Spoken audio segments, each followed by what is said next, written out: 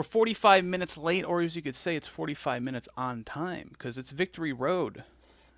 We're here. Fourth Impact's Victory back, baby. Road? Yes, finally. Whoa, I get to catch Moltres. No, no, no, no. Oh shit, no. We're not going there. I Oh. think maybe. Do you think Jeff Jarrett's at the end? He's red. Yeah, No, he's gonna blue. get his ass kicked. I think He's definitely blue. he's got a shot. Whoever wins tonight, we don't know yet. We don't know. It's exciting. Is it? God. I feel like I lost all the excitement I had from the first Slammiversary at this point. I don't know if it's just the way they've been booking stuff, but the shows have been pretty decent, but I don't know, something about this is just wasn't exciting. Jim Cornette's doing his best, man. He has to deal with a lot of bullshit. What kind of bullshit is that? Well, she nor on my man until I smiley. Come on. Come on. Wait, we got who's that? It's not just me and Emerald today. We got who's that? Who's that? Who's this? Is it James? Howdy, Holy howdy. shit. You haven't been on in like 10 years. Where have you been? James. Oh, I've been places. Been watching Victory Road, trying to catch up, trying to have fun. Can't Hell complain at all. Still, it is what it is. But we're here. It is what it is. C'est la vie, whatever it is. But no, been hanging out, been watching wrestling, been trying to have a good time. Watched all a 2006, little bit. yeah. Watched a little bit of, here and there, seen some stuff. Went back down memory road, saw some things that I was fondly rememberative of. Saw some things that I completely forgot about. So, especially to be here now, rewatching this show, it's a great trip down memory lane.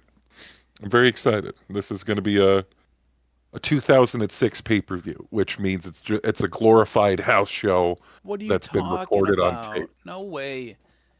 But we didn't get to see the one little dark match beforehand. I guess Shark Boy was there. We didn't get to throw him up one time. Yeah, it wasn't on it. He lost to Johnny Devine. We don't care about that.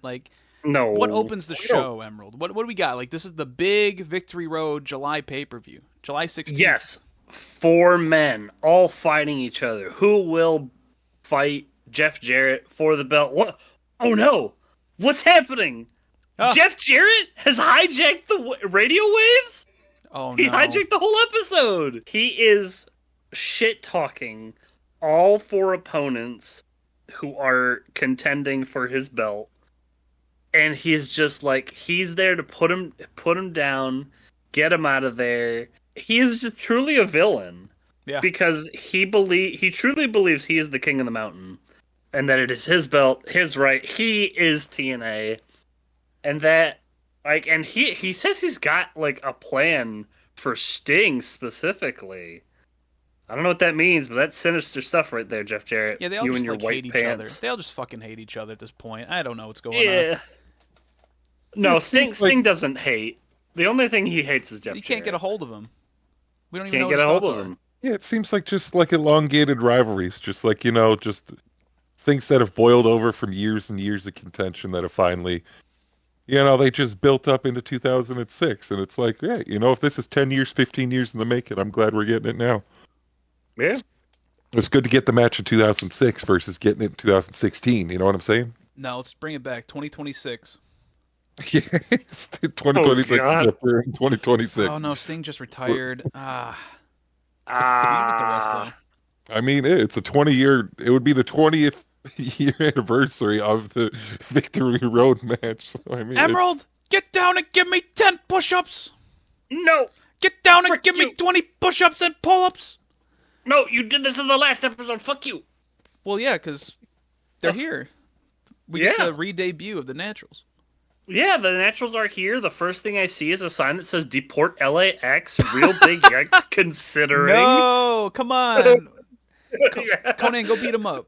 But yeah, we got Diamonds in the Rough versus the Naturals, brought to you by Shane Douglas, who immediately says, "Cut the music." Cut the music. He is an intense man, giving an intense promo for the guys he trained the absolute shit out of. So the Naturals come out looking like wet surgeons, except their hair is dry. Ew.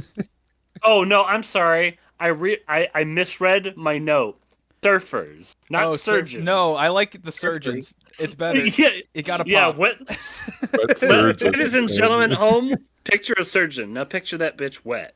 Yeah, Except the his wet hair surgeon. is dry. That's Wet their new surgeon. names. They're not the naturals anymore. They're the wet surgeons with the natural Shane Douglas. Naturally Ah. wet surgeons. Yeah. But as soon as they enter the ring, Shane Douglas dips out of there because he is not there to babysit the team that he trained. They are there to win. He is not there for moral support. He is not going to be shouting on ringside like literally everybody else does. He got out of there. Will the Naturals beat the Diamonds in the Rough? Who could say? But we start off with very fast, very aggressive tactics from the Naturals, which you do like to see, because it really, throws people off their game. We got Skippy and Steven duking it out from ringside until. Steven? Listen, man, I was just going off of what the No. Listen, I didn't get their names. No, I mean you're Until, like, right. they I mean brought his him name up. is Stevens. My brain didn't register. I'm like, who the fuck is Skippy and Steven? Where have I Listen. been? Hey, man, one of them is But you're Skippy, right. one of them I is can't say Steven. you're not right. You're right when you're right. I'm right. Sometimes I don't like Whom is being right. whom? Yeah, whom is whom? I don't know. We At shall that point, I just heard names. They don't really like. No, you're Because when 100% they- right. When they Yeah. introduce them, they just pull up the team names, not the individual names. Well, even half these matches too. I've not to interrupt, but half these matches didn't even have like name cards That's- for No, that's the TNA. competitor. That's 2006 TNA. It's what they do. Yeah, Dave It's very retired. He much wrote like- that in his notes. He said they never told me any names. I didn't know anybody. And I'm like, okay, Dave. But so yeah, Skippy and Steven duking it out ringside until David Young comes in with a backwards moonsault onto Steven from the top rope. Absolute destroyer. We get a Matrix dodge from a guy named Primetime, who I believe is in the Diamonds in the Rough. I think that's Elix Skipper. Yeah. I think do it's believe. Primetime and Skippy are the Diamonds in the Rough. Am I correct on this? We got David Young and Elix Skipper. I think Primetime is Elix Skipper, if I'm not mistaken. I don't think David Young was good enough to have a nickname. Okay. Yes, Primetime is Okay. Elix Skipper. Yeah, but after Primetime does this Matrix dodge, avoids being hit, the Naturals start losing their momentum. But they then hit a double team reversal on Primetime. During a distraction, Douglas hits Primetime with a top rope drop kick and then takes the pin. That was the match. That was such a bad debut for these fucking guys. Yeah, Also- so the Naturals win. Crowd goes, okay, yeah, they did some good. Shane Douglas comes in and just starts berating them. Yeah, Like they just- did a bad job. Absolutely buries them. It broke my heart to see it because I thought they did good. I did thought not they like were them well. at all. I thought Like, they were they- just boring. They didn't even get a chance to celebrate. And Shane Douglas yells at them and then herds them back to the locker room. And everyone's just like, oh. Yeah, I mean, fair enough. No, at least at the time too. Like Shane Douglas, at least being a big enough name to where you recognize who he is, at least competitively. Mhm. But he hasn't necessarily established himself as that forlonged trainer, at least in my head yet. So when you see Shane Douglas coming out and yelling at kids that just did a pretty good job, it makes you sad. It makes you sad because You you're didn't just see like, the "Oh." bod commercials, dude. You didn't see the bod commercials where they were running up and down the fucking steps and getting yelled at by Yeah. Shane and going, "Give me 7,000 more push-ups." And they're like, "Yes, sir." The training montage vignettes. That's all we've been getting since Slammiversary. It's just been training montages in the back, black Yep. and white. Black and It just- white. It just makes you sad. Like usually there's some sort of payoff for the work, and we celebrate, and then you kind of wind that down. And these guys didn't get any payoff. They didn't get any celebration, and it made me a little, Well, that's what Broke happens my when you heart a fight little diamonds bit. in a rough, dude. You just have a bad match because David Young fucking sucks, and Elix Skipper deserves a lot better. And Simon Diamond, get out of here, dude. Fuck. Yeah. Simon And Diamond. It was a quick but messy match. Speaking of messy, Christian A Cage couple is back cool here. moves. Christian No! Cage, and he's like, "Hey, guess what, JB? There's 4 competitors tonight. Only one gets to ride the road to victory, and who's it gonna be? Well, that's the question. What happened to the old Christian Cage? He's about to get me back to work. Confident? You bet your ass. Scott Steiner's confident. Look at those muscles. But look at his chest. That's a dead giveaway that he's lacking, something. A heart. After today, you can go back to where you were before, behind Jeff Jarrett's shadow? Confidence? Samoa Joe has it. Because he's undefeated. He's got an unblemished record. He is Mr. TNA. He says, are you going to finish those french fries? No, he called him fat. He says he wants to be the man, but look into my eyes and you'll see that I'm the man. Confidence? That's what Sting had before he painted himself in the corner. He wanted to get rid of Jarrett, but now he's just a carton of milk. And then I'm like, what the fuck is he talking about? And so he explains, you get it? A carton of milk, it's got nutrients. You open it up and he does a little sniff. He goes, you smell it? It smells fine. You take a sip. Oh, it just doesn't taste right because it's spoiled. It's expired yesterday. It's now the Christian Cage era in TNA. And Jeff is holding my title. I'm going to take it back. All right, Christian, calm down, dude. What the fuck? What was that promo? It went way too fucking long. It was a very Canadian promo. To compare your competitor to that of spoiled milk is the most Canadian thing I've ever heard. I had Sting drinks expired milk. I must have missed it. No. And said he was calling Sting expired milk. You flip it upside down and realize it's expired. Oh yeah, it doesn't fall like a Dairy Queen blizzard. Yeah, but no. It seemed like at least the theme of Christian's promo was confidence, and to name all those things, to go through the bit that he did was great. But for him to use the tone of voice where he's timidly holding his hands by his chest and just being like, "Well, confidence, it's like when you drink spoiled milk," and it's just like, come on, dude, like confidence. Mojo's fat. Confidence, please. Like Scott Steiner's confident, like. Scott Steiner going in week after week calling Samoa Joe a fat son of a bitch. That's confidence. And then you go from one spoiled milk segment to another as Monty Brown fights Rhino, and you're like, man, this should be hot. And it surely enough starts off hot. They start brawling immediately as soon as their entrance starts. These guys hate each other, right? Because ECW was Rhino. I don't know. They just hate each other. They just want to fucking win. Yeah, and Detroit. So the match starts as soon as they get in the ring. They ring the bell. Spells on the outside. Monty Brown throws him into the guardrail, and then he throws him right back into the ring. They start punching, kicking, chopping. Monty tries to get a fucking pounce and kills the ref within like the first minute and a half. The ref goes flying into the corner. Oh no! So now Rhino is like, oh shit, I got to get up, and he throws Monty out of the ring. And then he does a slingshot over the top rope, splashes on the Monty, just crushes him. They go back into the ring. He throws him back in. This has just been in and out constantly. Like, this is what 2-3 minutes in? Oh, yeah. Just too much. Monty is already back up, hits a butterfly suplex. The ref is down, so he can't make a cover. And so it's like, okay, get up, ref. And he starts smacking him around. He starts, come on, wake up. And then Rhino picks him and gives him a fucking devastating belly-to-belly. And he's like, I'm going to gore you. I'm going to kill you, pal. And then Monty slowly, shittily moves out of the way. And so Rhino has to, like, slowly gore the ref in the corner. Oh, no, the ref is dead again. R.I.P. ref. The ref just kind of splats on the fucking mat. Yeah, we're just going to bump the ref. It's fine. The second ref bump match. In 5 minutes. And so they just brawl outside. And they start heading over the guardrail. They get thrown over the guardrail. And now security's here. And they just kind of hover around them. They don't stop them because there's a match happening, right? Yeah. No. They are preventing any harm coming to the audience. Well, that's too bad because they ring the bell. It's a no contest. It's over, and they just brawl to the exit, and there you go. Fuck this match.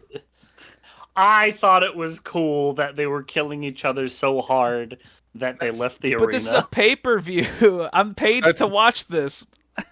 I mean, I fair. didn't pay to watch it. That's fair. Especially on a pay-per-view, you want to see a conclusive ending. We've been building this up. Like, are we building for the next pay-per-view? Are they going to have a hard justice? I don't think Monty stays in the company that much longer. I guess, because I don't think of it that way, I guess you're right. That's like, what am I supposed to do? Never crossed. It just always escapes me the fact that people pay for this. Yeah, this is not the free TV you get. This is the pay-per-view. You spent money to watch this. Yeah, and at the time of building stars as well, trying to build Monty Brown up with the Pounce, and him having his little bit of time, and then especially everybody from ECW coming through as well and trying to reestablish themselves. It did present a very unique opportunity to let Rhino and Monty Brown go at each other, just for the sake of creating like a good matchup. It sucks though that it's like we don't want to have either of them lose because we want to make both of them look strong. So we're just going to end this match in a no contest. And it's like, okay, great. But doing that on a pay-per-view, that really... Like neither one looked good to begin with. They just were brawling. They hit a couple moves on each other, but they killed the ref more than anything else. They didn't kill each other. Yeah. What they should have done... It went 7 minutes. They should have done is they could have just beat each other till, like, they were passed out outside of the ring and done a count out. But they didn't, because you got to kill the ref. Nope, ref bumps. You got to kill the ref. Too many refs. Bad match. Give me the good stuff. It was okay. It was okay. Security coming through and not doing anything. Like, I feel like that's a big hinder as well, because that's supposed to be the end of the match. They break up, they separate, whatever. So not having security be more of a authoritarian force they didn't in even that. Leave yet, and they called the match no contest. Yeah, no, it seemed like a little bit of a waste, but I liked the match for what it was. I felt like it was a good placeholder. Like it was good. Like we need to kill 10 minutes, go out there, just do whatever the fuck, run it. We'll be fine. Then, now we got fucking LAX backstage. Yes. Speaking of killing. And this is what I would like. At least I had a couple notes on this for what it was. I didn't take as many comprehensive notes as y'all when it came to the matches or anything, the promos. But the little bit that I do have, at least from the promo, LAX is going to be LAX. That's... their whole gimmick is anti-American, forward Latino, almost just very... you keep hearing the phrase gang mentality and gang warfare over and over again, as if they're trying to perpetuate the gang cultures upon, LAX, which very much so they are trying to do.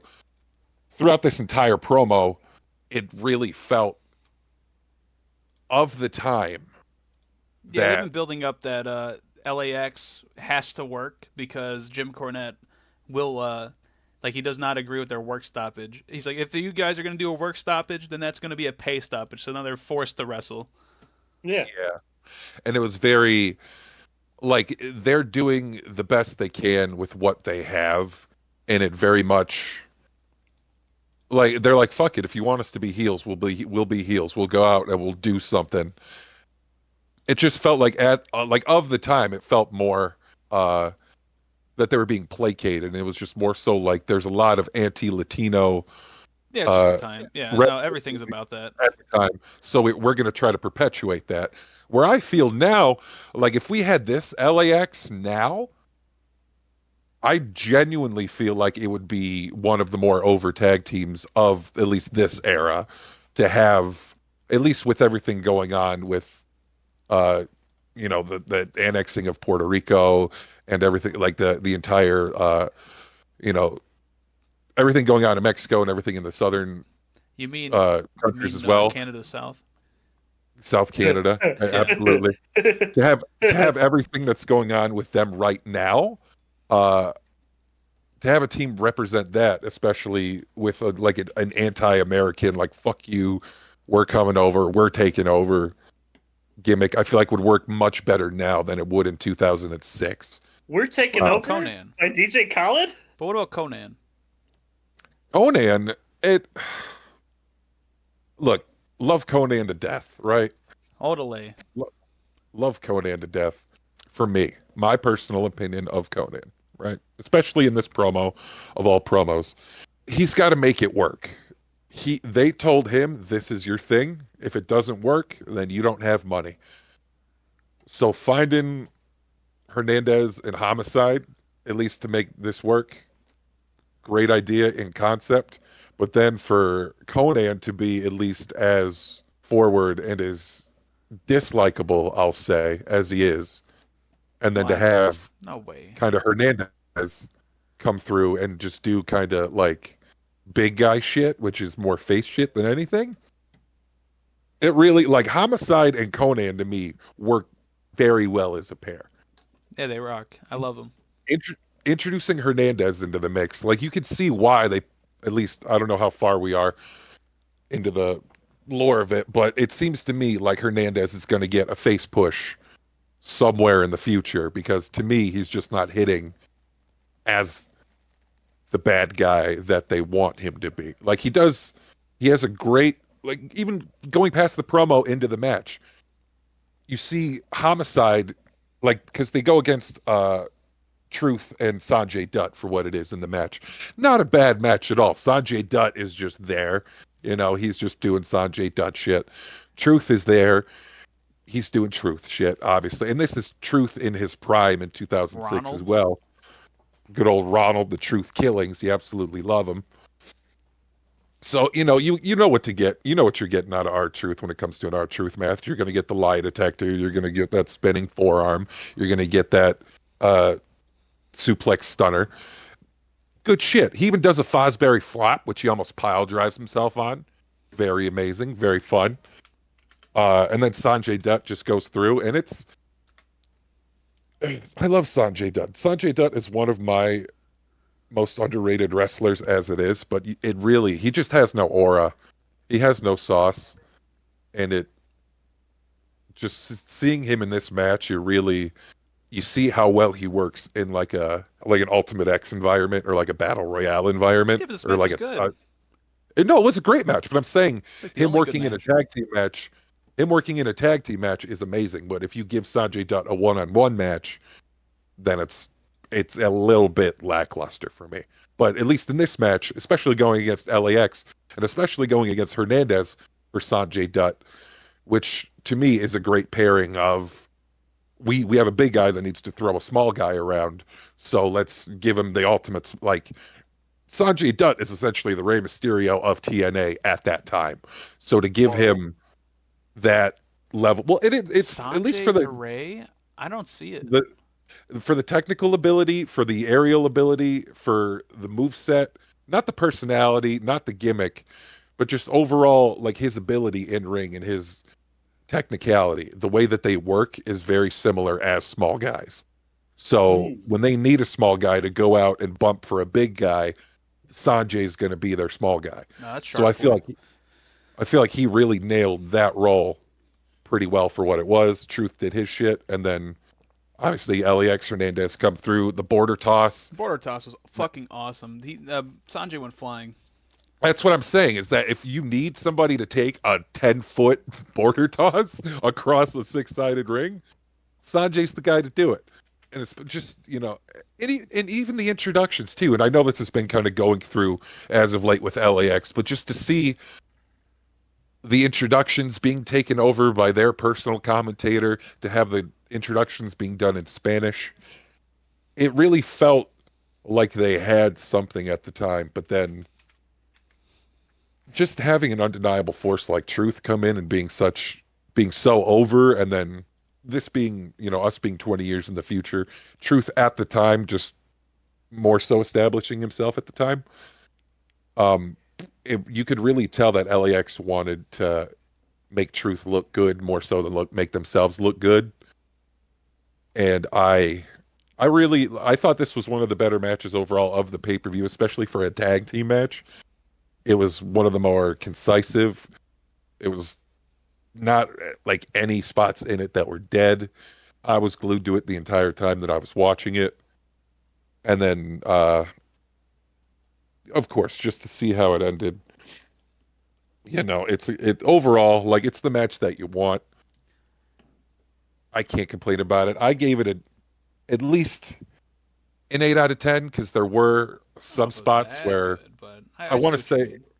I would say 8 out of 10. I would say there was a spot where the ref completely was just blind to an outside interference. Like he was just Yeah. completely standing in front of it while it happened. And that kind of killed me.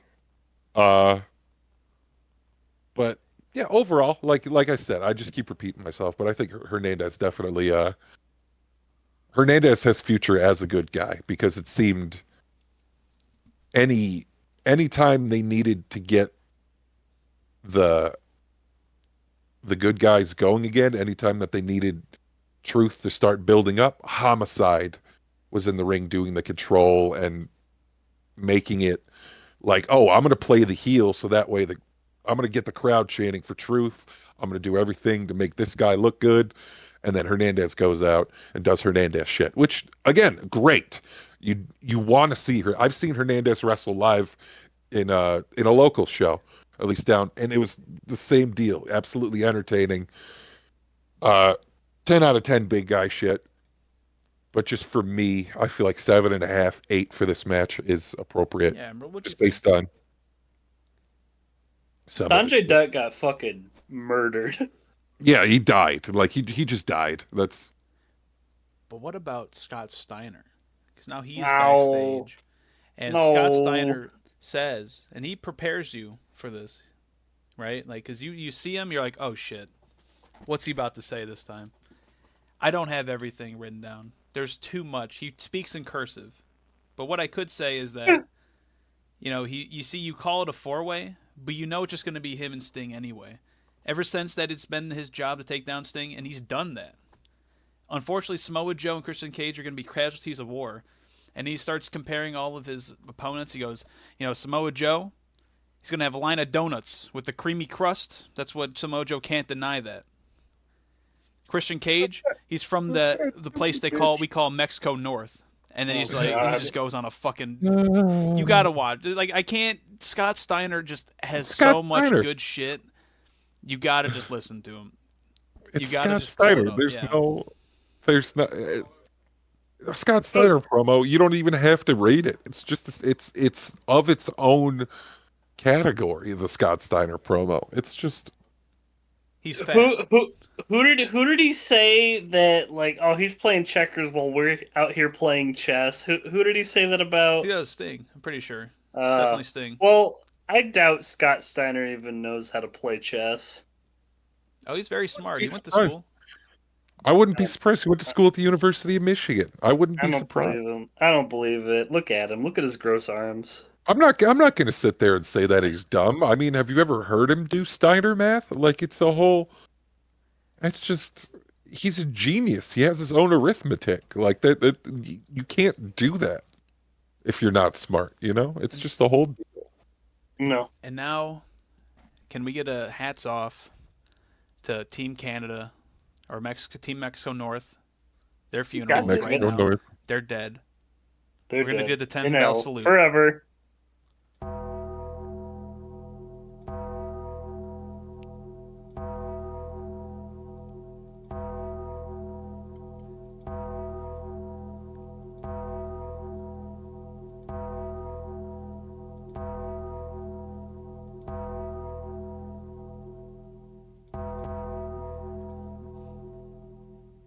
R.I.P. But yeah, Scott D'Amore's here, What if we just ended the episode right there? and he's got his boys with him. I'm not gonna go through everything because this segment took fucking like an hour and a half. It felt like. So he's got Robert Roode, A1, Petey Williams, Eric Young. We're all here. This is the We final only care time. about Eric Young. Don't fire Eric. Scott D'Amore pretty much goes up to everybody and goes, Petey, I love you, man. You never touched nobody's ever touched him as much as you. It's like I love you so much, Petey. You're my guy, my son. Robert Roode, You're the glue. You're the hottest free agent now, and you're going to win the world title one day. I love you. A1, you never let me down. Even when the crowd chanted he can't wrestle.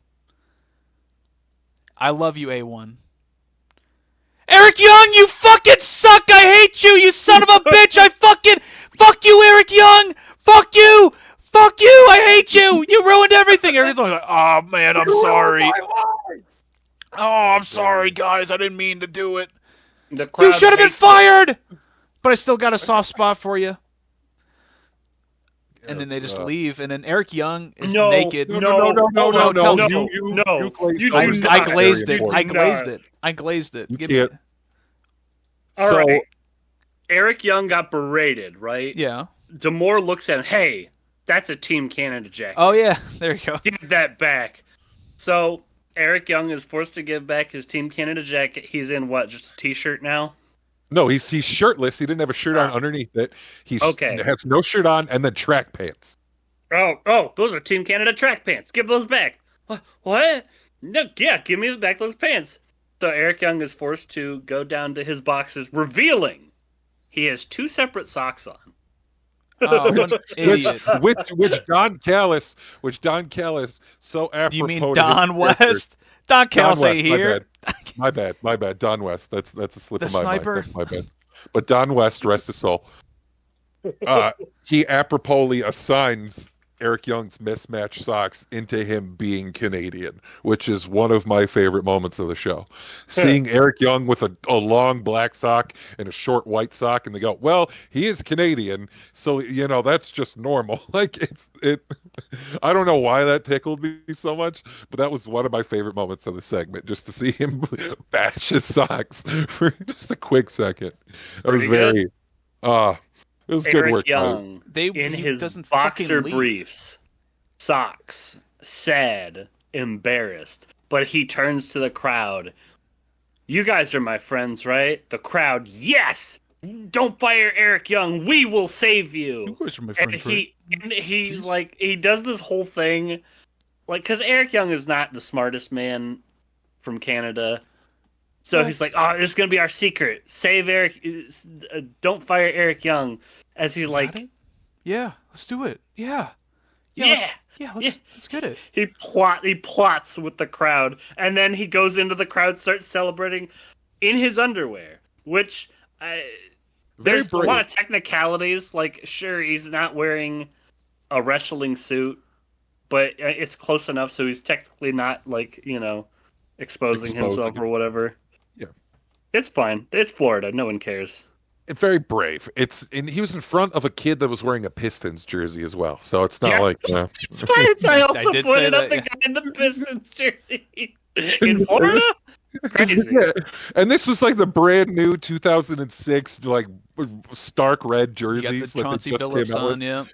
Yep. It was. It was the primetime Pistons, and that was the icing on the cake for me. That just really. But yeah, Team Canada is no more. Thank God. It's you hate to see him go, but you love to watch him walk away. You know what I mean? Scott D'Amore did not walk away. He waddled. He waddled away. Yeah. he rolled away. He waddled away like a penguin made of butter. Like a roly-poly-oly. Boy, but no, I'm glad at least you said something about Team Canada taking too long. The shit's so bad. That leads up into the promo afterwards, which leads into the match afterwards, I should say, which is Senshi versus a mystery opponent. But before we get the match, we get a promo from our X Division champion. Which I can only say, and it's not, listen, Senshi, Low-Ki, Kaval, whatever you want to call them, not Senshi, known for his promos. Come on.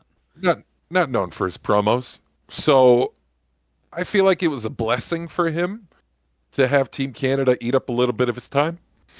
But the 15 to 20 second promo that we got from him leading into this match. It was, hey, I'll fight anybody. I'll fight anybody anywhere. If you believe you can take my title from me, then step into this ring and prove me wrong, yada, yada. At least my take on it, and I'm not going to go too far deep into it. Senshi's promo skills at this time are very reminiscent to me of like Rikishi's when it was like, I did it for The Rock. He's got a very deep voice for the people. Well, it's monotone. Like he speaks Hello, in his JB. low voice, but he does not speak anywhere outside of this. So if I cut a promo, I am going to kill you because I am the X Division champion. And it was very, again, like anybody else, I would feel bad that they only got 10 seconds to introduce their match. But considering it was him, like he did well. It was a good 15 seconds. I'm going to go out there. Whoever's ass it is, it's going to get kicked. Awesome. We lead to the match. Match starts. Well, who is his mystery opponent? Yeah. Other than what a bright-eyed, bushy-tailed, the returning, parted, slick-back, returning Frankie Kazarian. Whoa! Oops! Wow, you love Frankie. I have no idea who this man is. I have never seen him before in my life. Okay. Good old Franklin Kazarian. Good old Kaz. In his signature purple bike shorts with the middle part. Seeing Kaz with hair, you completely forget about it. And that's one of the things. That's the biggest note I have written down. I can't even mention anything of the match other than it was just the stiffest match I've ever seen in my life. This was my not so great match of the night. It was stiff. It was long. You could tell that they wanted to work each other, but crowd was chanting boring. Well, I don't know. Weird. I don't know how. I don't know. And again, I don't want to speak on the authoritarian of this, like I actually know anything.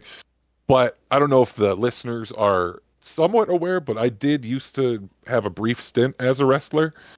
So I understand the mentality of having guys want to go out and just kick the shit out of each other, especially like working with people in the past where their mentality was just, okay, we're going to go as hard as we can and it's going to be a good match and no hard feelings. Great. Awesome. You leave it all out there. Nothing personal. But for me at least, I can see, and not to predict the future here, but we are in 2023, so I'm going to peel back at least a little bit of the curtain. I can see why Senshi doesn't have a more prominent career now. Because at least every Senshi, every Low-Ki, every match I've seen of him, it's like he got the nickname Agent 47 for a reason. He got that, and it's not just for him being bald. It's not just because he dressed up like him for that one match. Come on. It's because he goes out and legitimately shoot kicks you in the back of the head. And it, for me, like this was a very physical match that the people just weren't feeling because they were burnt out from the Team Canada promo. Eric Young really sucked a lot of the energy out of the arena, which, again, you're getting Eric Young over. Nothing terrible. But when you have somebody like Senshi that just has no aura other than just, I'm going to kick the shit out of you, and then you have a very young Frankie Kazarian who is just kind of a spot fest at this point, and he's not really like a personality. He stopped doing the flux capacitor even at this point. So, like a lot of the flashy stuff is gone out of his moveset at this point. It got to a point where they stopped wrestling and they started actually just shooting on each other. You see Kaz with a couple stiff shots. Senshi just keeps hitting stiff kick after stiff kick after stiff kick. You can see multiple times in the match, Kaz's eyes roll to the back of his head and just him getting winded as of how hard he just got getting hit. Concussed over and over again. Yeah, and it really... I like when competitors compete hard. I don't like snuff matches when it's literally just you guys punishing each other for the sake of it. So Senshi for you. Yeah, very much a Senshi match, very much next division match. There's good spots, there's bad spots, not a lot of technicality, very much just physical back and forth, like big, a lot of chops, a lot of kicks, a lot of stiff forearms. We'll just say the match ends with a reverse diving stomp, which I haven't seen before, from Senshi, which, if that's just, I don't know, like, It's me the personally. Warriors way. The Warriors Me way. personally. He's spin It's his around. signature. My whole thing with it, right? You're trained to take certain moves, at least for the sake of their safety, because that's the operative way that they work. You can take them a different way, but it's not going to operate 100% succinctly every single time.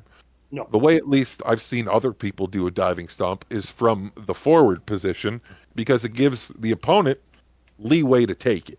You can lean up a little bit, take the stomp, bump back, and not have the guy just cave your rib cage in. Taking it from a reverse position, it genuinely just seemed like Senshi just stomped the shit out of Kaz, and that's what Kaz wanted. Kazarian, very much a glutton for pain. We all have something to prove, and just seeing this match really, it puts into perspective why these guys are moving like senile people now. The match didn't even go that long either. It just felt fucking long. It was only a 10-minute match. It was 12 minutes. It was only with introductions, with like a little bit of time. Wasn't that long of a match, but it was just so not interactive. It was so we don't give a shit about the audience. Yeah. Underwhelming, very much. It was so for them that it just didn't do anything other than make me feel like I just watched a car crash. Yeah, now And you that's got cool. now you got another car crash happening backstage. Oh no. As what's his name? Larry Zbyszko. He's just hopping up and down in his leather jacket. Jim Belushi too. And JB's like, "Hey Larry, shut up, JB. Shut up, Borash. Fuck you." Man, I feel bad for Jeremy Borash now. He's I just never trying to felt do bad. his job, and he gets shit on constantly. Fuck Jeremy Borash. That's the whole. He's like the Michael Cole of it. Like Michael Cole deserves it. Jeremy Borash deserves it. He's probably a pervert. We don't know. I don't know. Jeremy Borash kind of looks like Ryan Seacrest, so Hey, He looks like he just smelt somebody's underwear. Like he literally just looked like he just got a whiff of something, and he's like. does Larry look like he's worried about the situation, pal? After 33 glorious years, he's in the best condition of his life. In fact, I forgot more wrestling than Raven knew about pro wrestling, even dreamed about. He picked on the wrong man, and now he's going to have to come and pay. And then fucking Slick Johnson comes in. He's also jogging with him. He's like, "What do you want, you stupid stooge?" He's like, "Hey, guess what, buddy? I got good news. I got good news for you." What is it, Slick? And he goes, I'm going to be your ref tonight. And I'm going to call right down the middle. And he does a little like head shave mode. He goes, are you the, what? You're a senior ref now? He goes, that's what I'm going to be one day. And then he leaves. Yeah, Zbyszko hounds him. He's like, "Oh, I see what you're up to, you're not trying to call the match. You're trying to weasel your way up the ladder." Yeah, you're going to be the senior ref. One day I will be. Fuck you. Fuck you. I know, and I love you. Slick. And then with a lot of other matches, you have these like vignettes beforehand, and Raven pretty much says like, "Hey, this isn't the first hair versus hair match. Larry can't handle the pressure. I've been scalped before." And it's like, Raven, you're fighting a fucking old man, dude. You don't have to have this intense promo. You're having a hair versus hair against a guy who hasn't wrestled in fucking like 10 plus years. What are you doing here? Raven is Mr. Intensity. He's dark. He's very dark and very twisted. That's the whole gimmick. And now we have our hair versus hair match. Larry comes down with this security crew. There's a guy in the crowd that's bald, and he's like, he puts his head through it. Says Larry Z is going to get a bald head. And he's just they're all shaving his bald head. The guy is bald in the ring. Like, what are you doing? Now, I think before we continue, for those of you at home who are not sure why this is happening, Jim Cornette was not happy with Larry Zbyszko interfering with the King of the Mountain match. And because Jim Cornette cannot fire Larry due to contract issues, he can book him for matches. Oh, so that's why we're here. Yeah, and Larry and Raven had an earlier feud in the beginning of 06, which, I mean, we covered in another universe. But maybe it'll be posted one day. So, yeah, Raven's here. He's all moody. He looks so fucking bad. I don't know. The years of torment on his body. He just looks rough. The period from when Raven goes from ECW to TNA, it reminds, like, I don't know what TNA did to those certain guys, but like Raven and Jeff Hardy particularly, when they went to TNA, their faces both looked like almost identical. And I don't know what happened to them, if it was the eyeliner, if it was just the sudden sadness. I mean, fair enough. But like, you could just see Raven just, like, he just wants to do Raven shit now, and he doesn't care if he's going to fight Larry Zbyszko. He doesn't care if he's going to wrestle Hornswoggle in a ladder match. Like, Raven's doing Raven shit, and props to him. So you got Raven sitting in the corner doing his Raven shtick, and I don't know what happened. I think the ref was supposed to push Larry over, but Larry like went to go charge at him while he was on the ground doing his entrance, and just fell over. And then he gets back up, and then Slick pushes him over again. And I'm like, what is happening? And then Raven goes for a pin. I'm like, what the fuck this is terrible. And they start trying to do some locks and holds and shit. And dude, these guys both can't wrestle in this fucking era. Yeah. This is about the ref versus Larry more than the fucking Raven versus Larry's. Like, this doesn't make sense. Whoa. Yeah. No, and here's the thing, like, especially of Larry Zbyszko's time, those types of rivalries where you had characters like the referees, that was very prominent. Like, Larry Zbyszko wrestling a referee or wanting to get revenge against a referee that has a problem with him isn't a bad angle.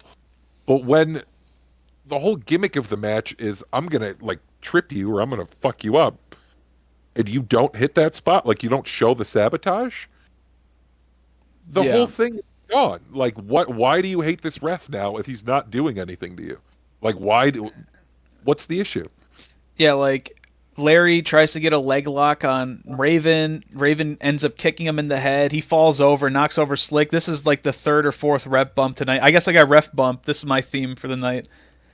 Raven ends up getting up, hits him with the even flow DDT. Does not fucking do anything because the ref is dead. I don't know why the ref is dead from that. I have no idea. Like, he just kind of got fell on a little bit. And this guy's muscular. Like, the first ref got killed, and he was up immediately.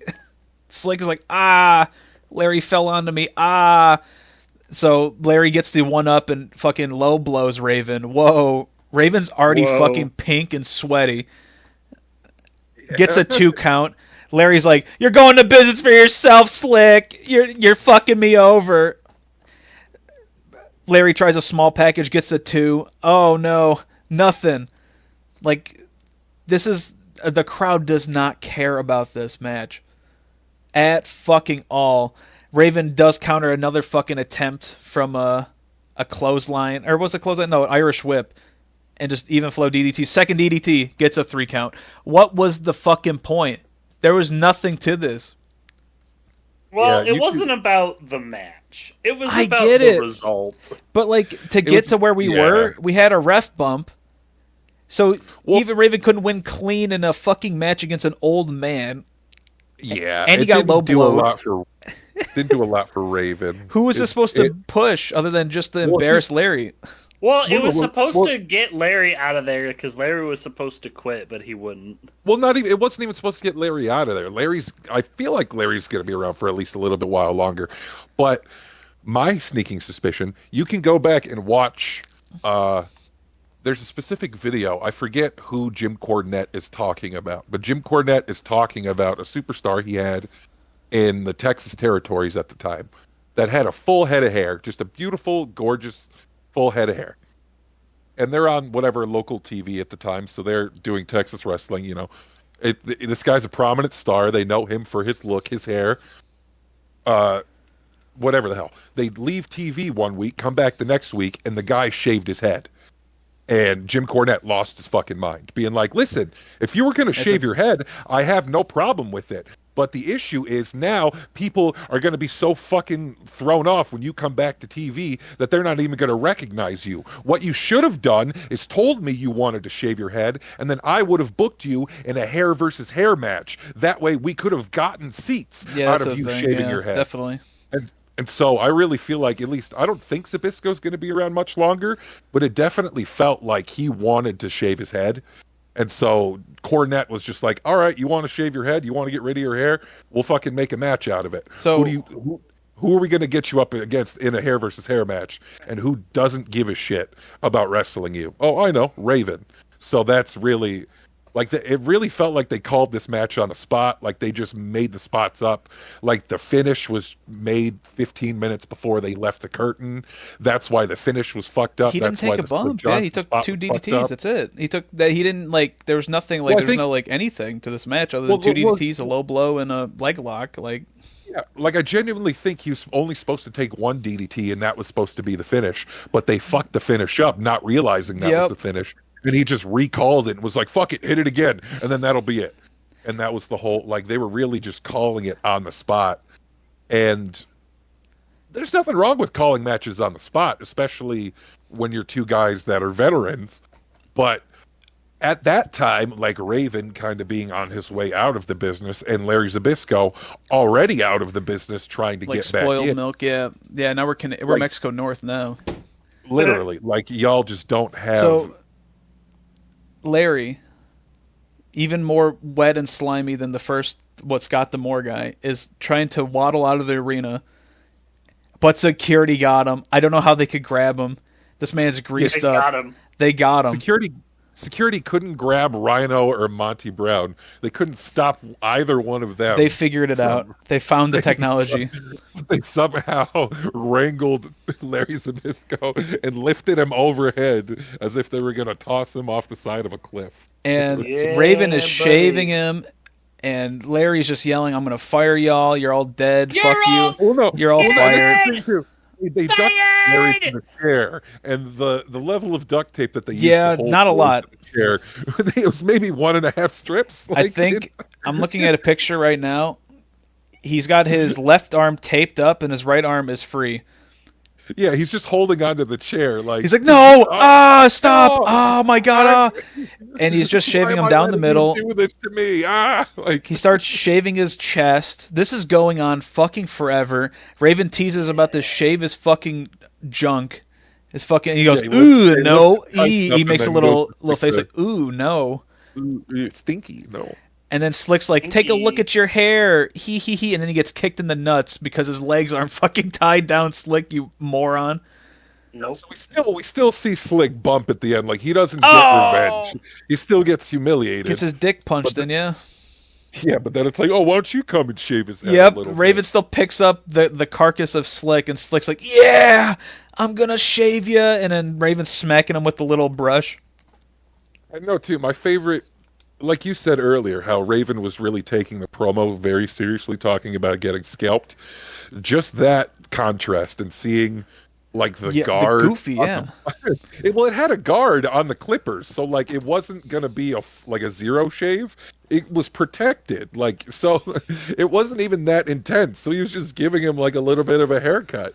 Like, so to hear him build this up, like, I've been in a hair versus hair match. I was bleeding. I had blood pouring down my skull from my scalp. Do you think you could handle that? And then to just see him kind of tickling his nose with the brush. Like, it really...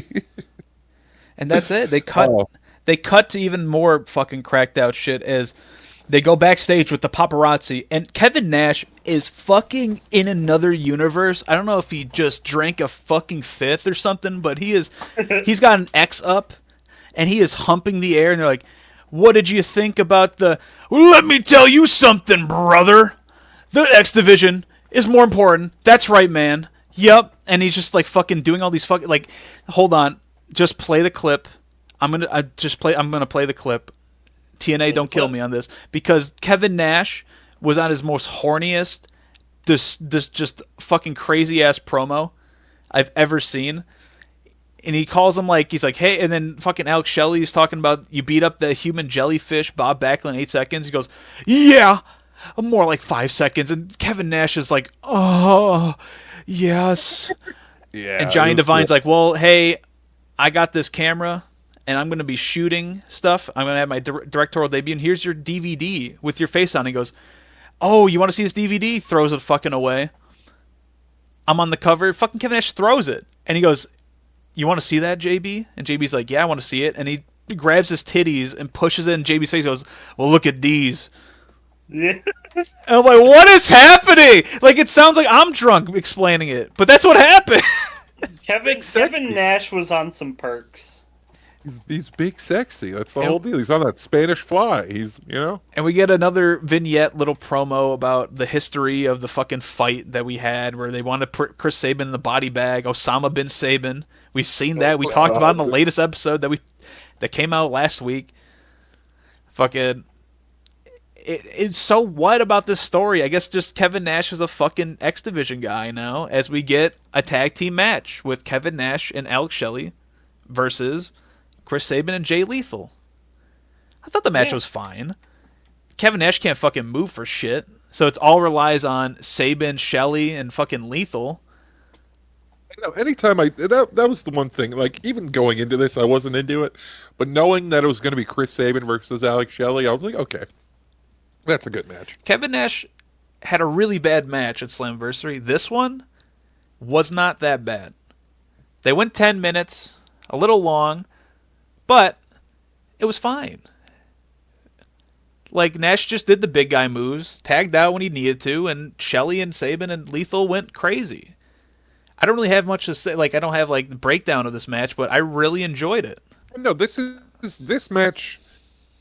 Like, I got out of this match what I wanted out of the LAX match, per se, in terms of, like, especially Kevin Nash working as a big heel. Right. Just something that Hernandez kind of lacked, in my opinion. Seeing Kevin Nash being able to do it reminded me of why he has a spot, why he is so highly regarded in the wrestling world, because it really is hard to be a sensationally sized athlete and do kind of big, exciting shit and then make it so that people hate you for it. So props to Kevin Nash for at least, having both of his knees and quads. He was actually really good in the match. I'm surprised. He was moving. No, he was doing big man stunts and being a fucking dickhead. Yeah, I don't know what he took before the match. They gave him that promo. I don't know if it was the same shit that gave him that moves or gave him just, he's feeling it. I don't know what the hell, but I mean, he even did a little kick up. He's like, I can bend my leg. Look how high I can go. And Jay Lee's like, ah, shit. yeah, he should know better. He was feeling himself. It was crazy. So I liked it. I thought it was a fun match. I mean, I didn't really. I was making dinner while it was happening, so. But I was periodically, like, normally if I do stuff while I'm watching stuff, I don't watch anything, and I just do the thing while it's on. In the recording universe, I've been watching a lot of WCW Kevin Nash 2000. Oh my goodness. It is night and day. It's yeah. To see the contrast where please, no more WCW. I'm gonna you still can really do it, but well, it's the whole deal of just wanting to get a paycheck. I understand. I understand wanting to do the least to get the most. I understand that. But, like, you're a wrestler. Just wrestle, man. So, like, come on. Sabin eventually gets tagged in and rolls up Shelley with a sunset flip and gets the pin. Sabin and Lethal go over, surprisingly. I didn't expect that, but of course, they got to get their heat back. So they start beating each other up. Actually, I think then Sabin and Lethal start beating up Nash. I think they just didn't. I thought they'd try to get their heat back.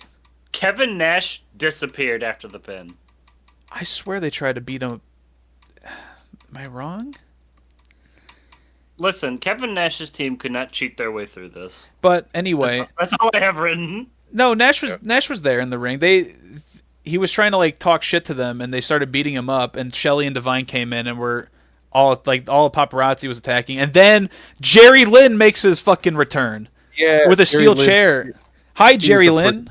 He had the lanyard on. Yes. Yeah. The backstage guy is here. Yes, and then he throws his lanyard down. It's like, Come at me. I'm Kevin. not, I think he means like, I'm not a backstage guy anymore. I want to fight. And I'm a please, fighter God, again. no, I don't want a Jerry Lynn 20-minute spectacle with RVD. And no, please. Help. It's Fuck. a Emerald. Yeah. This is an ECW guy. Like an Oh, early, no. So this is like he would have like long plotting matches with RVD all the fucking God. time. But no, they were like the founders of sequences. I in hate terms this of so much. Like, I'm gonna you're gonna duck this kick, and then you're gonna sweep my legs, and I'm gonna jump over, and it like any combination. And not to say that the shit that they were doing wasn't good. Like, there's certain stuff where it's like he would catch Rob Van Dam like off of a spinning leg sweep, so like Rob Van Dam's head would be It's down. just so fucking long. It's like 25-minute matches. Like it was good sequences, but yeah, give it to me in 10 minutes. Don't give me a half hour of like I don't need to see a Van Terminator, Rolling Thunder, a 5-star frog splash, and a fucking table spot. All this. Anyway, we're getting off No, track. because this is actually important because I was watching an ECW show with a couple friends like a couple months ago, and they were getting so excited to watch RVD versus Jerry Lynn. They're like, "Oh, I love these guys," and we put it on. The guy fell asleep. It just was too long. Like, it's just too long. So seeing Jerry Lynn here going, oh goodness, what are we gonna get out of him? I don't know, and I'm scared. But now we got more ECW because now here's Team 3D. Yeah, my bad. Wake up, James! Violence. No, I'm Violence. sorry. I'm sorry. Violence. Somebody walked in. Violence! My bad. Violence! Violence. Violence! No, Violence! the promo. Violence! The promo. Violence! Violence. Violence. No, here's the thing. No joke. Bully, Bubba, whatever you want. This to is call brother. him. Brother Ray. Brother Ray at this time says violence. 40 times. No joke. I counted them 12 times, a dozen times. Gives his. It's what do you think tonight's gonna be about? Goes to Jeremy Borash. JB, what do you think tonight is gonna be about? And the Jeremy Borash says, violence. So that's a 13th violence. Violence? And then they're going around. It's I'm ready for violence. Devon is ready for violence. Brother Runt is ready for violence. Which, referring to Spike Dudley, It's Brother Brother Runt. Runt. That's his TNA name, yeah. it's not though. Because It is. even in the match, they were chanting Spike. The crowd was chanting Spike. Yeah, but they call him Very Brother Runt. I eminently. don't think they have the rights to Spike. I don't give a my- shit. His name's Hi, Spike. my name's Brother Runt. My brother Runt. Spike. Devon looks But, insanely fucking huge, too. He is No, massive. just yoked Oh, my to God. the umpteenth degree. So they don't good let looking. Runt say anything in the promo, so it's whatever. Devon just does Devon shit. You love Devon.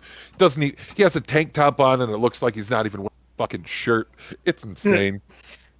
It's but it's Devon hits his testify. Runt doesn't even say anything. Brother Bubba says another Brother Bubba. fucking violence. Brother Bubba. He says violence another time, and then they go to the match because it's going to be a violent match. It's a no disqualification 3-way 6-man tag team match. What are you going to do? How do you feel that you got replaced in this gang with Abyss? Here's the thing. Yeah. We'll get to that. I just need to ask you a question. Like, you got We'll get to BG that. James, you got Kip James. Where are you? What about James? Yeah, no. I wasn't evidently there at the time. What? I honestly, if I was, I would have demanded that they would have put me in, frankly. And if they didn't, well, then I would have filed a lawsuit. Fair Because enough. Yeah. honestly, to refer to themselves as the James Gang, fucking James Game. James But Game for themselves coming out as- 2026. the James Gang personally offended me for what it was. It hurt my feelings. Yeah. But you see the James Gang, BG James, Kip James, making their entrance, and it just starts out with just the perfect homage to Kip James's old gimmick with just ass, just straight through the legs of whichever woman they have as their main week. It's just ass. You see them, BG James, Kip James, whom is whom. You can make the You can make the choice. Well, Uh, what do you mean which is which? You know who they are. but they're both Jameses, so we're all Jameses. Which James is the James? We're You all decide. James down here. It's you decide. And then Abyss makes his way to the ring. Abyss James. Which Don West and Mike Tenay aproposly refer to Abyss as uncontrollable, which I thought was hilarious considering he had a manager with him. Good old Jim Mitchell, which again, another James Mitchell. You know, Holy love shit. him. It's the third James of the James gang. So that's what I was going to get to, is that if I wasn't there, James Mitchell is going to be taking my spot regardless. Oh my God! I just realized that's how we connect the dots. Yeah, James Mitchell. All I'm saying. Oh It's my James God! Mitchell. We'll get him Or in the James ring Mitchell. instead. No, he doesn't wrestle. He uses a bit. The sinister minister. Get him in there. It's what it is. So the match starts. Bubba takes his vest off, and he's still wearing a T-shirt, which I thought was hilarious because you see a shirt fly across Watch the out! camp, Watch out! Watch out! Watch out! and Watch you're out! Watch out! like- you love their entrance theme. You know, it's something of absolute magic. I don't really have too much written down because What do you mean? This is a very intricate match. It's a freaking no DQ match. Come on. There's a lot of chairs and What? stuff. Come on. Yeah, there's a lot of chairs, there's a lot of tables. It's the ordinary, you know. At least what I took away from it, the notes that I have here, right? I'll read everything, and I'll decide, at least what order I wrote it down. Since because I we've been read watching, like a while you get fucking maniac. that, what we've been watching has just been constantly these two fucking teams, well, without Abyss and Brother Runt, but they just all have extreme hardcore matches, and that's all they've been fucking doing. Yeah. It's just been nonsense. Yeah, no, Abyss, frankly, at this period they were really trying to build him as like a Kane Mankind variant. I don't and even know it's why just- he's here. They just want him here. They wanted a big guy, but it starts out, Brother Runt in the ring, and for the love of God, I don't know why this guy bumps like he does, but he just keeps bumping, and he'll just Well, yeah. It's his bit. he whatever he can take. He'll take a choke slam in the middle of a match. He doesn't care and just not even take a pin off of it, get right back up. He just bumps. He bumps. He gets thrown off the top rope a couple times. It's my man. Like it hurts Brother my Runt soul is to see, small. He's like, small it but hurt- big it just- heart. it- Small but small big but heart. big heart. Small but big heart, and it just really. The fact that he's not in the Hall of Fame or he doesn't have like a higher acclaim to anything right now just really breaks my heart. But then Devon gets in the ring, tags out Brother Runt, finally saves him from the massacre that's happening. Gets Irish whipped into a corner, and then eats one of the stiffest boots I've ever seen in my life, to the point where he doesn't even react to it. He just gets his head knocked back and goes, "Oh, okay." And for me, at least, being in the ring and then bumping the way I did and then being like, "No, I'm done. Wash out. Fuck this." Like, I know I'm not that tough. So to see guys at least eat stuff like that, it really it breaks my soul. And then, you see everybody's mixing in and out, mostly, and especially with tag matches, people get their pairs. So you're seeing a lot of Runt and Abyss together. You're seeing a lot of Billy Gunn and Brother Ray together, where, again, seeing Bully and Kip, Brother and Kip, whatever you want to call them, Brother face Ray. to face.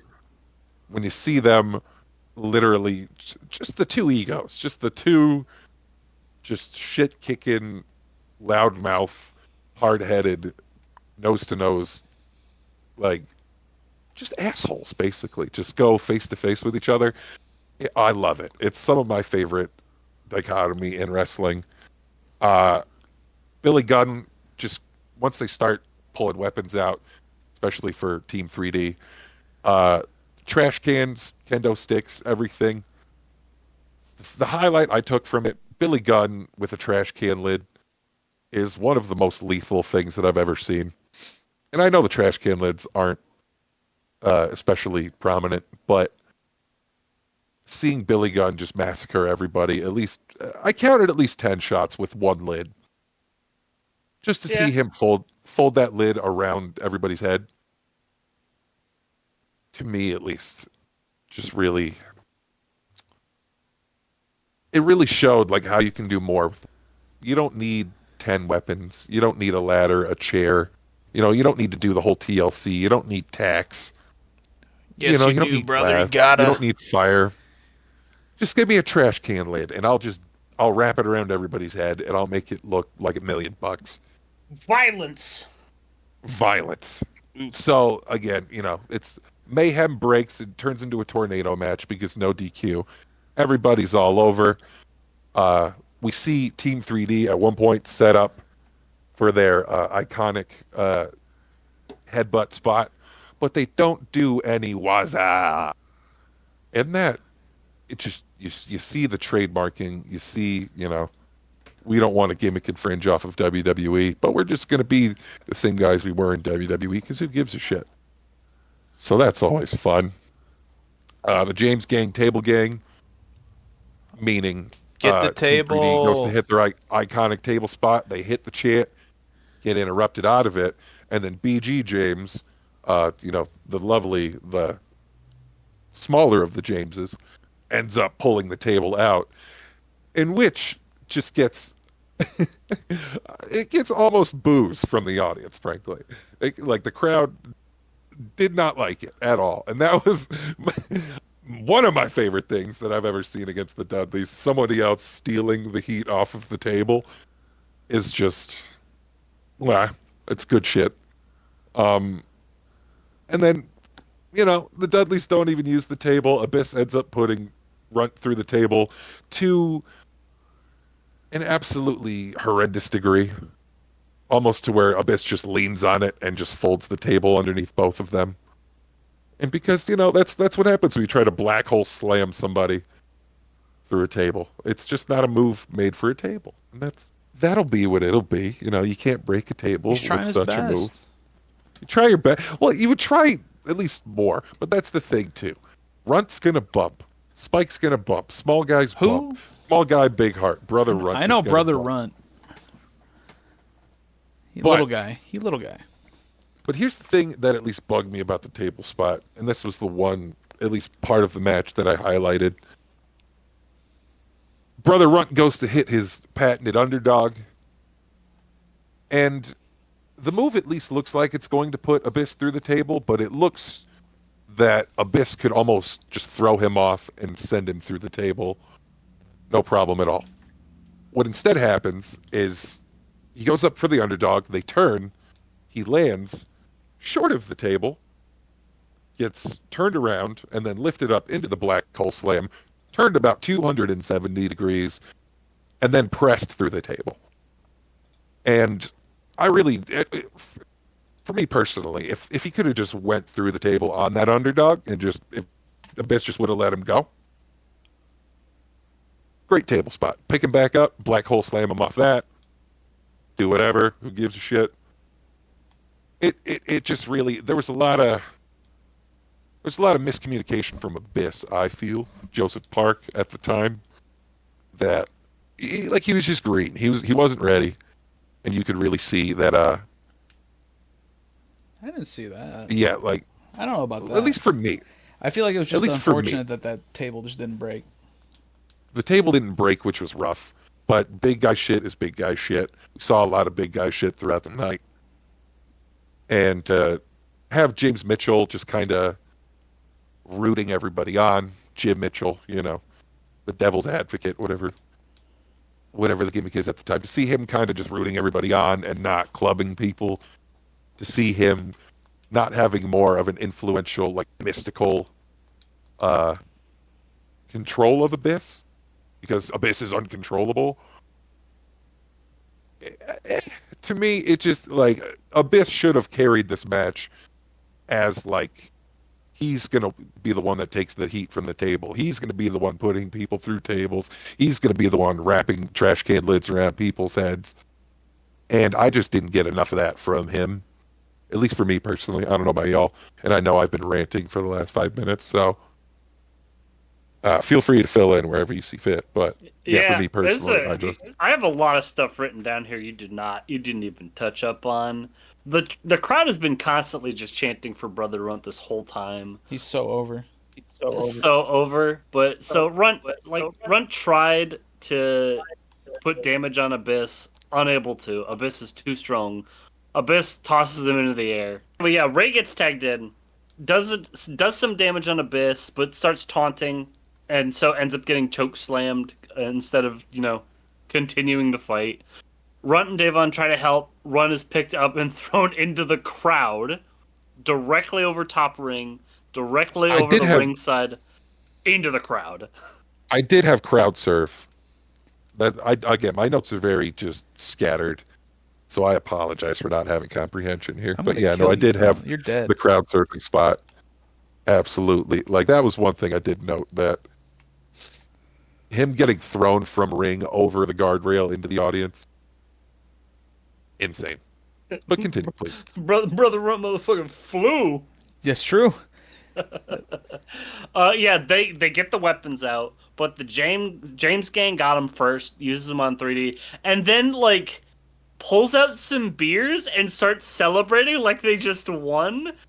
But then they get dunked on by Team 3D. But then Team 3D grabs the beers and starts celebrating. It's like, what the fuck? They gotta have beers. No. Yeah. I know it's Florida, but come on. Well, again, this is just shit I wasn't paying attention to. I apologize. But yeah, it's like they both got interrupted in the middle of their celebrations as well. So I don't know. It really felt like to me like you would know better than, like, you just interrupted them, so why would you? But whatever. Yeah. Quick beer spot. Let's have fun. There's now beer all over the mat. Let's see. Yeah, it was just constant hell breaking loose. Abyss killing Brother Runt on the outer ramp. Runt actually getting a double foot stomp on Abyss's chest in the fight, which was pretty good. And then gets a golf club around Abyss's neck and forces him back to the ring, which was pretty good. Because Abyss, too big, couldn't reach around his back to grab Runt. Yeah, well, especially off of the double stomp off of the stage, too. It was he almost missed it, but did land on him, which 20 out of 10 for me. Runt's doing what Runt does, and, we love Runt. Yeah, we love Runt. Ray gets a staple gun onto Abyss's head. There was a sign that Brother Ray pulled out. ECW fears TNA.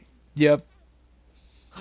And then staples it onto Abyss's head. I was waiting for that. Holy shit is heard on the mic, I think from the announcers. Yes. Or yeah. Pure chaos. No disqualifications. Diving headbutt from Brother Davon onto Abyss's crotch. James Bang makes a comeback. Table is set up.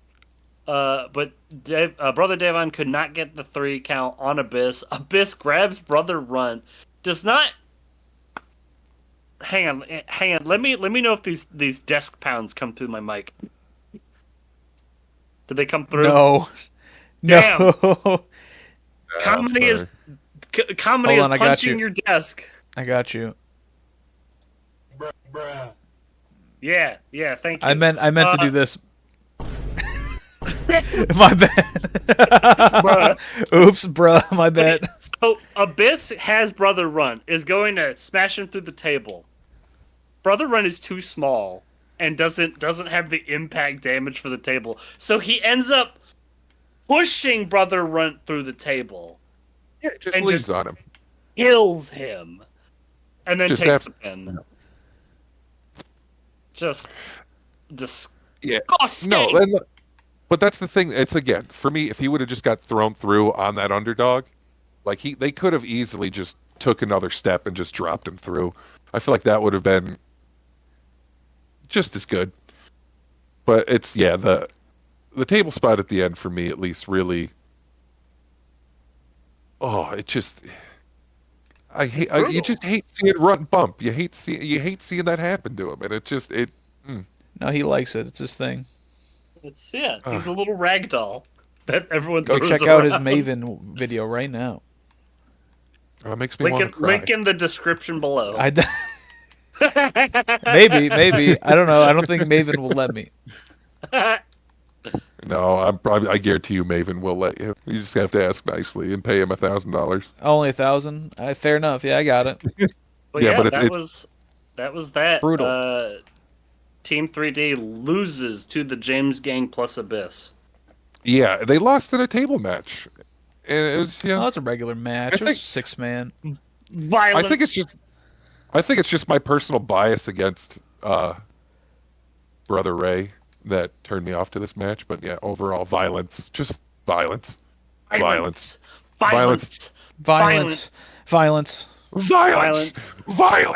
Like, why would you? Whatever. No, I'm Let not him gonna get cook. into it. Speaking of violence, we have America's Most Wanted. Woo! They are still not arrested. They are still the most wanted. They are being interviewed. They immediately tell Gail Kim to shut the fuck up. Oh. Poor Gail. And they start name dropping Sorelda, which is like the most I've ever heard them say her name. They finally figured out her name, so now they have to keep talking about her. Yeah, America's Most Wanted is gonna get the belt back because it's theirs. But it's like, yeah, and then we're gonna use this. As one of them pulls out the beer bottle, it's like, no, we're not doing that. Stop drinking. Why won't they let him drink? He's the cowboy. I'm the cowboy. Let me drink. No. But yeah, it is a full America's Most Wanted, including Gail Kim versus AJ Styles, Christopher Daniels, and Sorelda, also known as Team Ava here. It's Fourth Impact. Let's go. I'm bald, and right. you know it.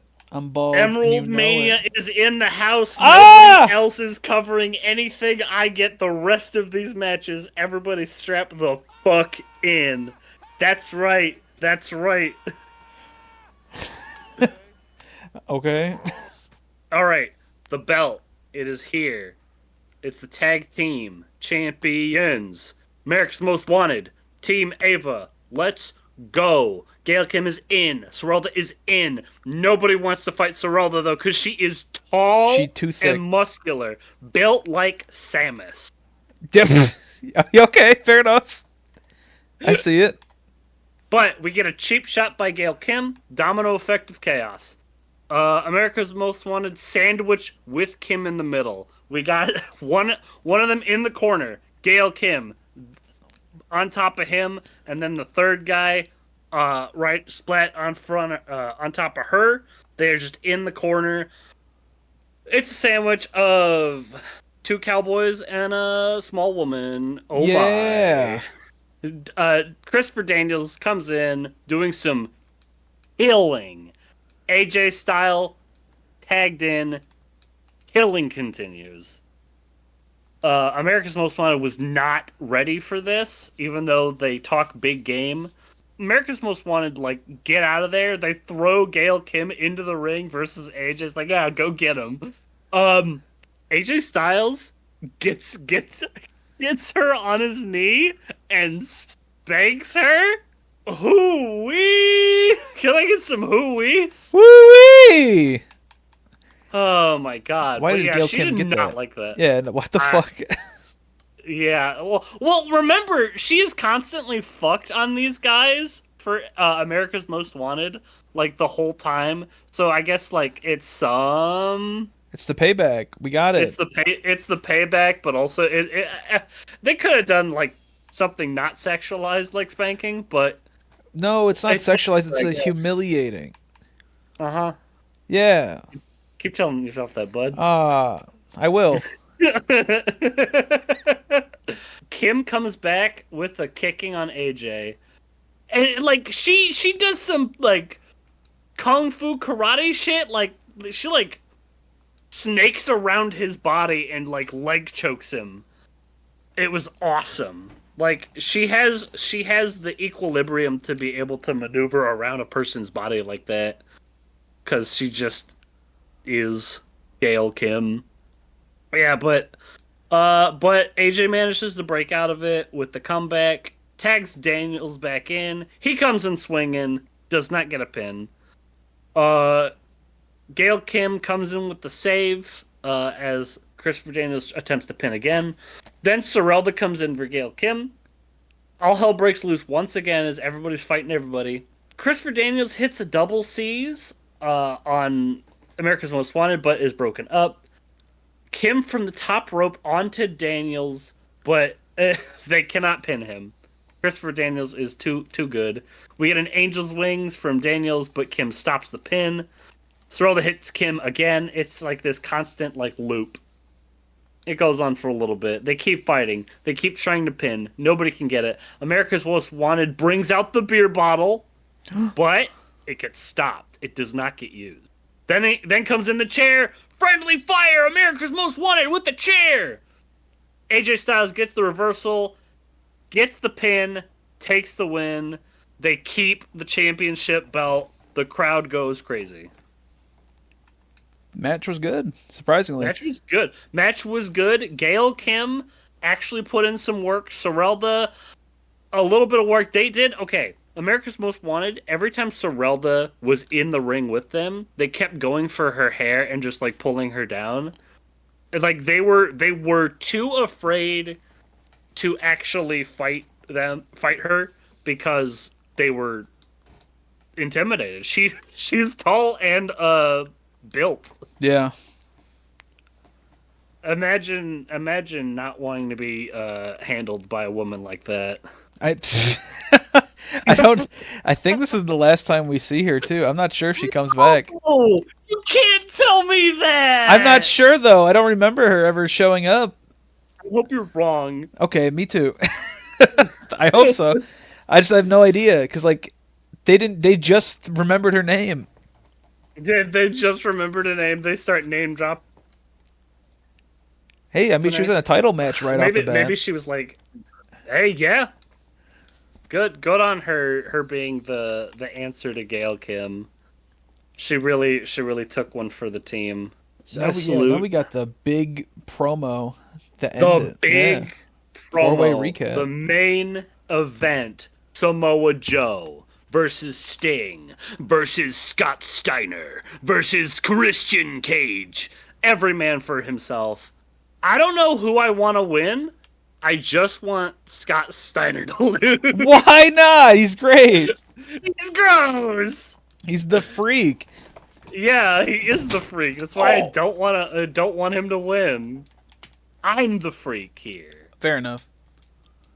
Also, but I also don't think he should be wearing that thing he wears. It's just inappropriate, man. You can't handle the Steiner junk. No. Kleiner. No. Come on. No. Why not? But listen, he looks so gross, man. Those just disgusting biceps of his, as they're uneven. They're too narrow. He's the big bad booty daddy for a reason. Ugh. Anyway, we're getting off. No, this is perfect. Fuck you, Scott Steiner. Fuck you. Meet me in Detroit. Let's destroy you with your own turf. We got Sting versus Samoa Joe in the ring as Cage and Steiner fight outside. Scott Steiner comes in to interrupt Sting and Samoa Joe. Now, we know that Steiner and Samoa Joe hate each other. So you think, okay, he's going to go after Samoa Joe. No. He throws Samoa Joe out of the ring and goes to fight Sting. Because he knows Sting is the one who's going to want to win it the most because he fucking hates Jeff Jarrett. Yeah. As in our most previous episode, Sting did call Jeff Jarrett a cancer and is going to cut him out of TNA. That's terrifying. It is terrifying. Okay, Ty, how many wrestling video games have there been in the lifetime? A lot, right? A lot, yes. How many has Sting been in? Quite a bit, honestly. I mean, he was in the TNA video game coming out in 2008. I will main Sting. Okay. Put it up on the video game channel. I'll main Sting, and I will We're gonna beat get you through it? everybody. Okay. You're one of the little stingers. I'm the Stinger. Yeah.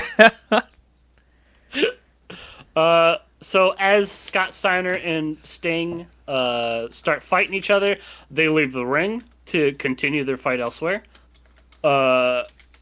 Christian Cage, Samoa Joe, they get in the ring. They start duking it out. And then they swap places again. Scott Steiner and Sting back in the ring. Joe and Cage in the crowd. And then what the fuck? What the fuck just happened? There's a cameraman getting real close to Sting. And no! What just happened? It's Jeff Jarrett! Oh my He god. just read something in Sting's eyes! What is that? What the fuck is that smell? What the fuck is that smell? It's gasoline! Jeff Jarrett, disguised as a cameraman, just sprayed gasoline in Sting's eye! How do the Sting is logistics work of that? immediately rushed out of there. That is so fucking bad. It looked so weird because, like, you could tell fucking Jeff Jarrett from the moment he steps in the ring because he's not, like, his fucking mask isn't over his face all the way. No. And he's just like, it was me. And they're like, God damn, Jeff Jarrett. He's also got the white pants on. Oh, fucking Jeff Jarrett. What's that? Oh. The announcers are just fake sniffing the whole time. Yeah. Oh, shit. Oh, it stinks in here. Oh, God, it's gasoline. Yeah, and then we never see Sting again. We never see. He is too injured. You have to rinse that shit out. Like, if they hadn't gotten Sting out of there in time, I think he would have, his career would have ended right there. He would have been blind in one eye. Yeah, they got one of those, like, eye cleaners in the back. You know they got it. Yeah. Definitely, Yeah. for sure. Yeah, I have one of those in my work. Those shit is supposed to be powerful. You hit that flat, it like hoses water into your eyes. So Sting is out. It is Scott Steiner, Samoa Joe, and Christian Cage. Who will take it? It's Steiner and Joe in the ring now. Steiner does his little pin taunt where he hits the one, stops, does his push-ups. Jeff Jarrett is chased out of the arena. Was it like by another? Was it Christian Cage chased him out, or did like security chase him out? I forget. I think Christian chased him out, yeah. Okay, but then Christian Cage comes back and almost gets a pin on Joe. That would have been the first pin on Samoa Joe ever of all time. But we didn't get that Christian tonight. Cage. No. We didn't get that tonight. So Samoa Joe gets back up, starts duking it out with Christian Cage. Steiner hooks Cage's legs and pulls him out of the ring, starts beating on him outside ring. Joe through the ropes into Cage and Scott Steiner. You just see this man fly through the ropes and tackle both of them. That's a lot of man to be coming at you. Very true. He is wide. He's not fat. He is wide. Got a billboard on that bad boy. But yeah, man, you pay him money. Throw up some advertisements. Okay. This price but- is half off. So Samoa Joe slams Christian Cage into the floor, out of the ring. Table is being brought out. Joe versus Steiner back in the ring at the edge. So like they're like hanging on the ropes. Scott Steiner bodies Joe into the ring edge floor. So like they're at the very corner, like at the very edge. So that has to hurt because that's not matted probably. Joe is on the table, and Scott Steiner hits an elbow drop on him right through that table. Fucking crushed it. Disgusting. Disgusting. Christian Cage and Steiner back in the ring, going at it. They're down on the ground. Samoa Joe tries to pin either of them while they're down. He could not. They both get out of it. All three of them are in the ring. Joe beats up Cage while Steiner wiggles on the ground. He's just sort of wiggling. We get loud slaps from Joe's chest. Steiner gets Christian Cage in the Steiner recliner, But then Joe gets a chokehold on Scott Steiner.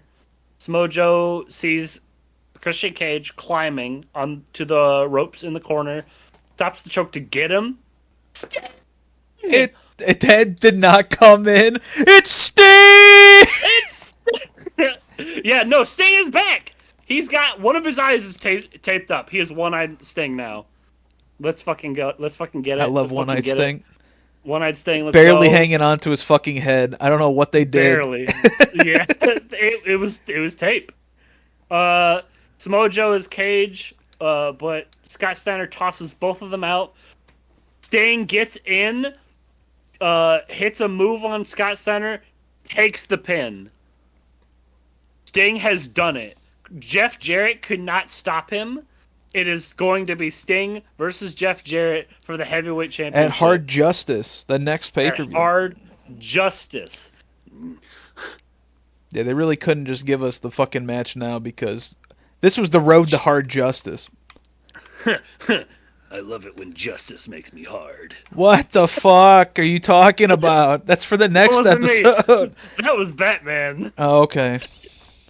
Fair enough. But yeah, Sting and Christian Cage meet in the ring. They are an inch from each other, but they do not kiss. They will never give us No, the kiss. they're not for each other. They don't like each other like that. No.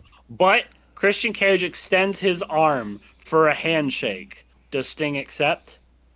He does. Yeah! Respect.